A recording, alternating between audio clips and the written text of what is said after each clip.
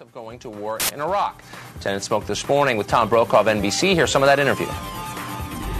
I chose to do my job in a way where you stay inside the system, you do your best, you push your objective analysis, you make people aware of what you believe to be true.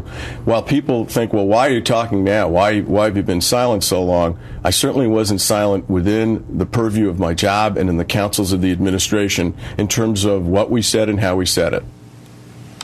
A memo from the State Department this morning took apart Tenet's accusations one by one, and while the administration predictably defended itself, some of his former colleagues have criticized Tenet for coming forward after the fact. Where was Tenet when it mattered? Among those to question Tenet's actions, Ray McGovern, longtime CIA employee. McGovern chaired the National Intelligence Estimates and prepared the president's daily security briefing for many years. He's also the co-founder of Veteran Intelligence Professionals for Sanity and a guest contributor to TruthOut.com. He joins me now. Mr. McGovern, thanks for coming on. You're welcome. This is all about, it seems to me, or at least by Mr. Tenet's account, about the bad reputation he's gotten from using the phrase slam dunk to describe the intelligence leading up to war in Iraq. I'm not exactly sure. What did he mean by that? What is he saying he meant by that? Yeah. Will you explain that? He's rather a pathetic figure, actually. What he's trying to do is justify himself for unjustifiable activity. Now, everyone thought he meant slam dunk to mean we have slam dunk information intelligence that proves that weapons of mass destruction there. Now he's saying, no, I didn't mean that. I didn't mean that at all. What I meant was that if you want to make a public case, Mr. President, we can make a slam dunk case out of this for you to present to the American people and the Congress. Now, that's better? You know, that's a better thing. Is that his job? I mean, is that the director of Central Intelligence's job to explain public relations to the president? It's not in his job description. As a matter of fact, it is the antithesis of his job. The director of Central Intelligence is supposed to tell it like it is. He's not supposed to help prepare the president to start an unnecessary war, a war of aggression in Nuremberg tribunal terms. It doesn't get any worse than that. That's why he's trying to sort of make amends here and trying to rehabilitate his reputation. But is his job to make a case, or is it just to present the facts as they're known by CIA to the president? I mean, is he supposed to collect them in such a way that they have a thesis? Everyone's entitled to their own facts, or their own opinions, but not their own facts. George Tenet has his own little set of facts. He's been very disingenuous in how he's presented this. For example, he claims that the intelligence was not really massaged or corrupted by him. He claims that he really believed they're weapons of mass destruction. But we know from documentary evidence, namely his discussions with the British counterpart, Sir Richard Dearlove, on the 20th of July, 2002, mind you, 8 months before the war, we know that he told Dearlove that the intelligence was being fixed around the policy. There's no gainsaying that. We have the minutes. Documentary. But what would be the motive? What would be his motive in that? I mean, if in other words he knew that the war was unjustified and it was a mistake going back 4 or 5 years ago, why would he endorse the war knowing that the error would come to light and destroy his reputation? Well, you know, it wasn't clear that it would destroy anybody's reputation. He may have been one of those who was convinced that Dick Cheney was right, that the people in Iraq would greet us with open arms and cut flowers.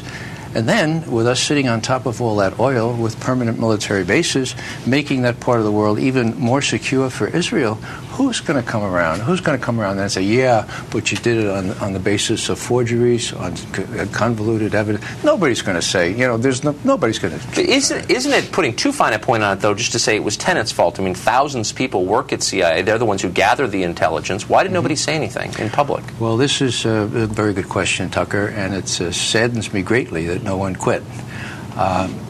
The answer is found in the fact that Tenet was I don't know if beneficiary is the right word, but he was the beneficiary of a whole generation of the politicization, the corruption of the intelligence analysis. Started with Bill Casey under Ronald Reagan. And by the time that Tenet comes and takes office, he's got a whole coterie of malleable managers who will say, yes, sir, Dick Cheney says they have a nuclear capability. We can write that. And therein lies the question. When he came back and said, fellows, we can't avoid doing a national intelligence estimate anymore because Congress won't vote for this war until we do one, Then he said, and we have to do it to the terms of reference of Dick Cheney's speech of August 26, 2002, where Dick Cheney said for the first time Saddam Hussein could have a nuclear weapon in a year, he's got all kinds of chemical, he's got all kinds of biological weapons. That's totally dishonest, and they did it. But how much time is the CIA spending right now trying to figure out where this bad intelligence came from? For instance, you made reference to the forgery. There may have been more than one, but the most famous, of course, was the memo, apparently from an Italian embassy abroad, that suggested that Niger was supplying nuclear material to Iraq. It seems to me we don't know who forged that. Is someone trying to find out? Well, that's interesting, because Jay Rockefeller, the ranking Democrat on the Senate Intelligence Committee, tried manfully to get that investigated. Senator Pat Roberts said, no, that would be inappropriate. And so the well, CIA doesn't need to wait for the Senate to start an investigation, do they? FBI's job here in this country. CIA has no such authorities in this country. But that memo came from abroad. I mean, some of it came from abroad, but if you trace the memo back and see the characters that are involved, it's my appreciation that the memo leads right back to the doorstep of the Vice President of the United States.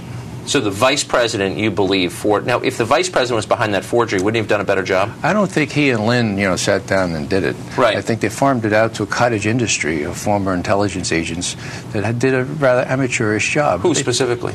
Well, there are people who work for Cheney who are in touch, very close touch with the Italians, who actually have worked for the Italian service. Do you have any service. evidences? I mean, that's a huge deal. Sure.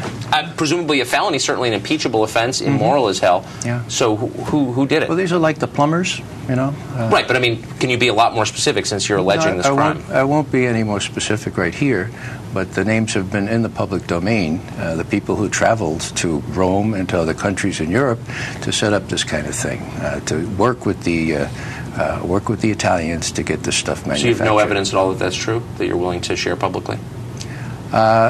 Yeah, I have some evidence, but I'm not willing to share it right here and now. All right.